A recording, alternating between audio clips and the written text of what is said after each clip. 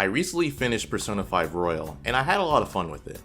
I played the original, and although it's mainly the same game, the added content definitely kept me playing and wondering how characters and the story was going to change. Like in the previous Persona games, one of the major aspects of gameplay are centered around social links, or as they're called in Persona 5, Confidants. Every Confidant has their own unique set of abilities they give you once they're at a certain rank. Some are incredibly useful and can make the game much easier once their ability is unlocked, while others feel completely useless. I made a tier list ranking the Confidants from best to worst, and I'm going to share it with you guys. Before I get into the list, I'm going to explain how I ranked it. First and foremost, I ranked them based on how useful the abilities you get are, then how soon you can unlock those abilities, and finally, if visiting the Confidant helps improve any of your social stats. This is based off of a first playthrough of the game and not New Game Plus. When talking about playable characters, I'm only going to mention the abilities that are unique to them, since repeating the same skills over and over again is redundant. Lastly, I'm not including Sai Nijima, Morgana, or Igor's Confidant on this list because they automatically rank up throughout the game, and I feel like they're not worth adding because of that. So with all that being said, let's get started. Coming in dead last in C tier is Oya.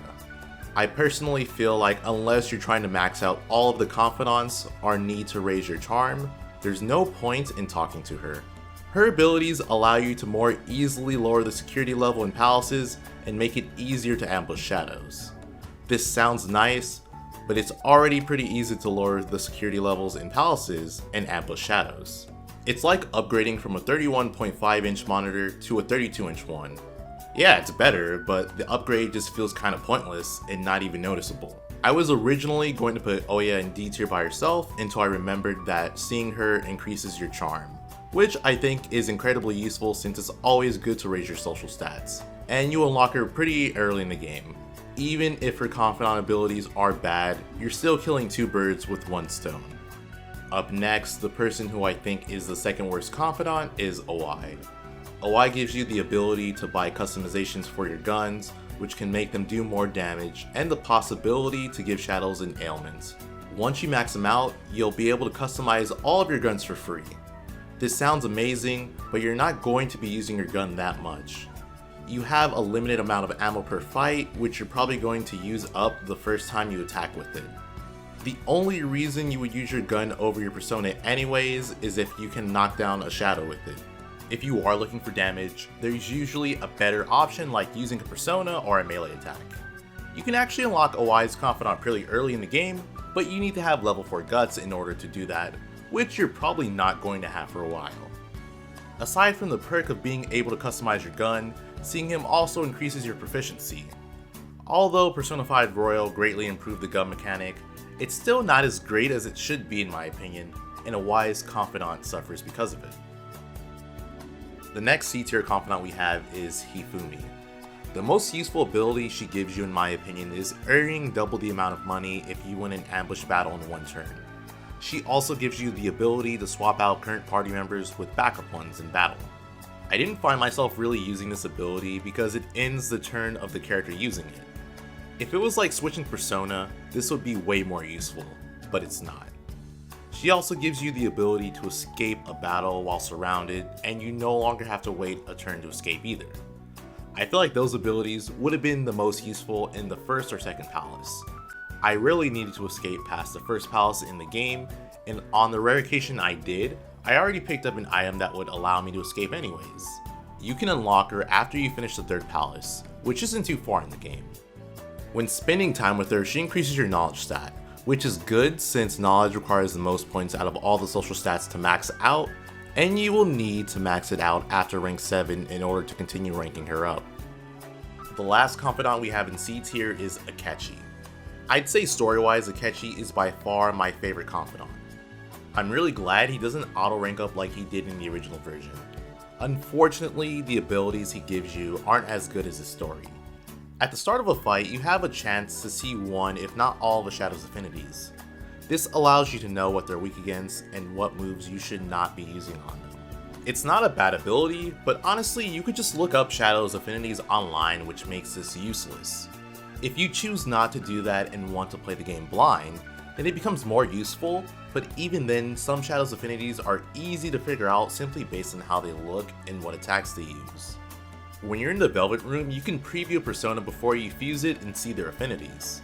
So if you have a good memory, you'll most likely know a lot of the Shadow's affinities you're fighting regardless. If you don't have a good memory, but have had that persona before, you're going to automatically know its affinities. The reason he's the only playable character I have in C tier is because you have to wait until November to rank him up to level 8, and he's not playable for very long, so you can't really use the other abilities he has. That does it for C tier. Overall, all of the characters' abilities are okay. They're certainly useful, but I feel like they don't make too big of an impact on gameplay. Akechi definitely has an argument for B in my opinion, since he's a playable party member, but I'm going to keep him in C, because of the reasons I said before.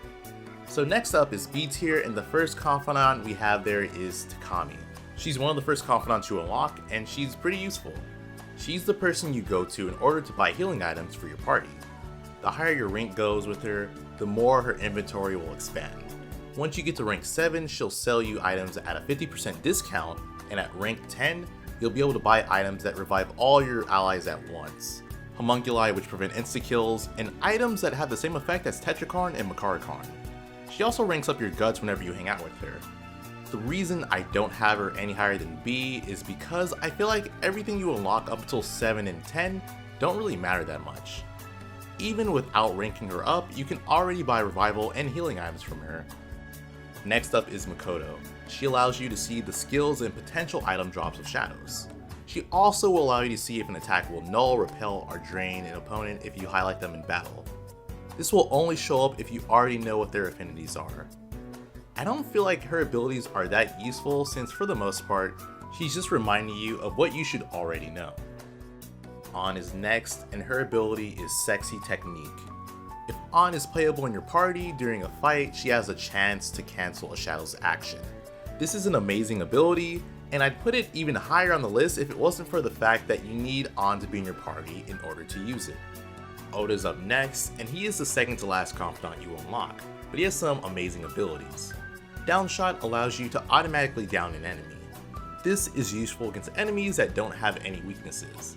The downside is that you can only do this once per infiltration or mementos exploration, unless you get to rank 6, which allows you to do this 3 times.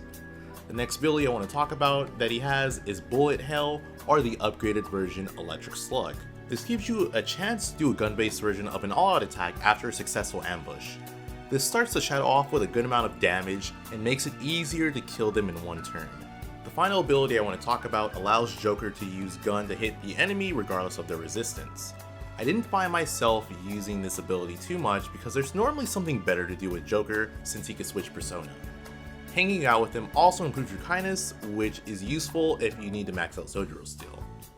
He makes gun a lot more useful even though it's only for Joker, but unfortunately you unlock him late and the limited uses of Downshot make me only put him in B tier. Next we have Yoshida, and he has some really good abilities. During negotiations you can ask Shadows to give you more money and items. Depending on how lucky you are, you can ask them multiple times and they'll give you more until they get upset and stop. You also have a higher chance of Shadows giving you a rare item and larger amounts of money. This will save you a lot of time grinding for money and items, and you unlock them pretty early in the game. This can be easy to miss and kind of a hassle because you need to work at the Beef Bowl shop after a certain day. His max rank ability allows you to get personas that are higher level than you through negotiation. To add to everything else, he raises your charm whenever you hang out with him. Make sure you max him out before November 17th because after that you will not be able to rank him up anymore. Up next is Sojiro, who gives you one of the most useful skills in the game if you're trying to grind mementos, or palaces for an extended period of time. He teaches you how to make coffee that can recover one ally's SP, or a curry that can recover everyone's. Unfortunately, you will have to wait until after August 22nd to get him past rank 4, but it's not too long and you already know how to make both coffee and curry, just not their mastered versions. A downside to Sojiro's ability is that you will have to waste your evening in order to make coffee or curry, unless you use another Confidant ability, but I'll get to that later. Hanging out with him raises your kindness, which you will need in order to get him to rank 7. The last Confidant in B tier is Haru, who actually gives you one of the best abilities in the game in my opinion. You can talk to Haru and she'll plant vegetables for you. 1 of 4 of your choice. One fully restores a party member's SP, the other fully restores everyone's SP, and the other 2 greatly increase your magic or physical attack by I think more than double. Depending on which vegetable you choose, you have to wait a certain number of days to get it, but once you get the vegetables, you can have her plant more the same day. So you can just rinse and repeat this and no time passes for doing this. Her ability is basically a better version of Sojuro's. So if her ability is this good, you must be wondering why she's only in B tier. It's because you get her Confidant so late in the game that it's not going to be used as much as everyone else's ability. Haru is the very last Confidant that you unlock by a considerable amount. There's only a fourth or less of the game left to be played once you can fully use this ability. She also feels less necessary because of Soldier's ability being available for so long. So that is it for B tier. Everyone I think is worth ranking up and has at least 2 really good abilities. They might have some downsides, but the good outweigh the bad. So let's get on to A tier. This is going to sound weird, but the first Confidant in A tier is Usek, whose ability I never used in my playthrough. He has the ability to duplicate skill cards using a blank card. This allows you to teach your persona moves they may not be able to learn through leveling up. This also does not take up any time to do if you request him to do it, you just have to wait a day.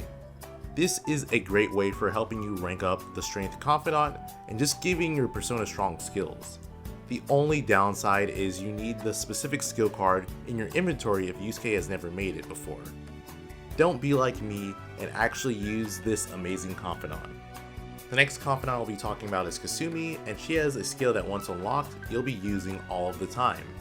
You can occasionally avoid being surrounded by shadows in palaces and instead ambush them. She also gives you the ability to use your grappling hook and ambush shadows from far away in palaces, which if done will also cause the shadows to be dizzy. This can make ambushing even higher level shadows pretty one-sided. You can get these abilities incredibly early in the game, and you will normally get an HP increase on top of your rank ups with her.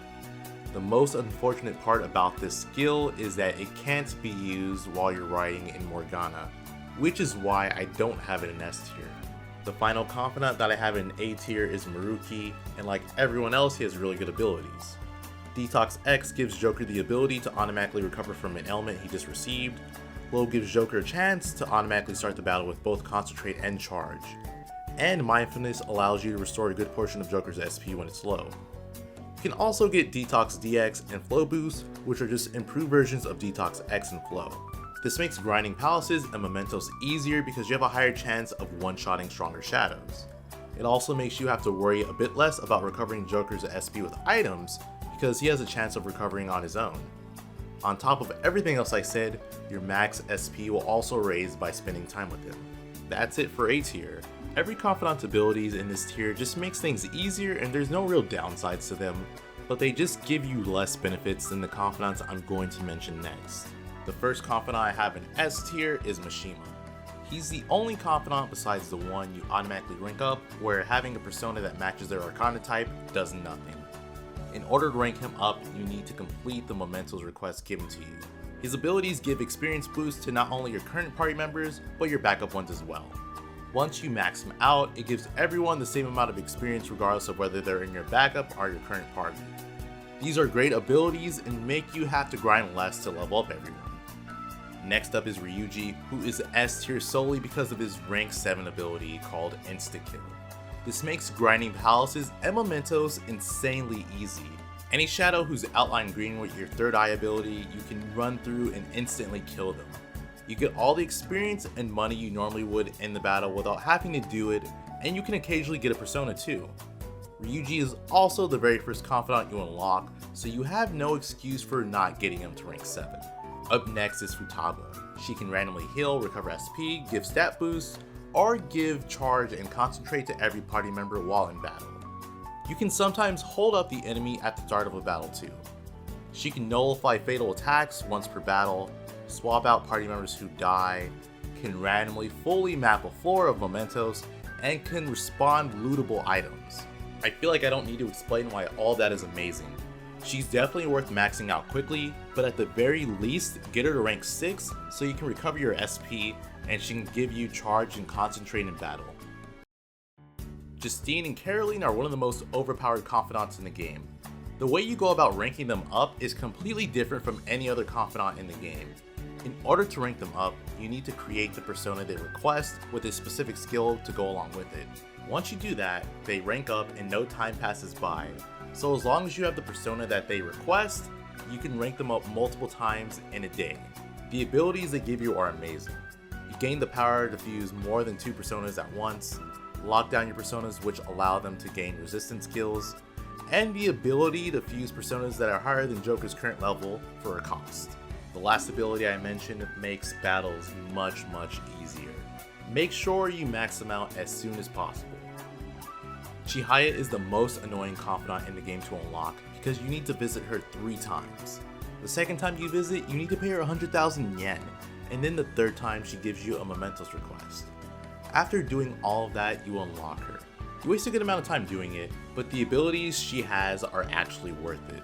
You can increase the growth rate of a social stat by 1 point for a day. If you're planning on grinding 1 social stat for a day, this significantly increases how quickly you'll level it up. You can increase the amount of money earned in battle. You can deepen your bonds with the confidant of your choice, including her. So if you're planning on hanging out with a confidant but you're not going to rank up with them yet, you can go to Chihaya and she'll make you able to rank them up.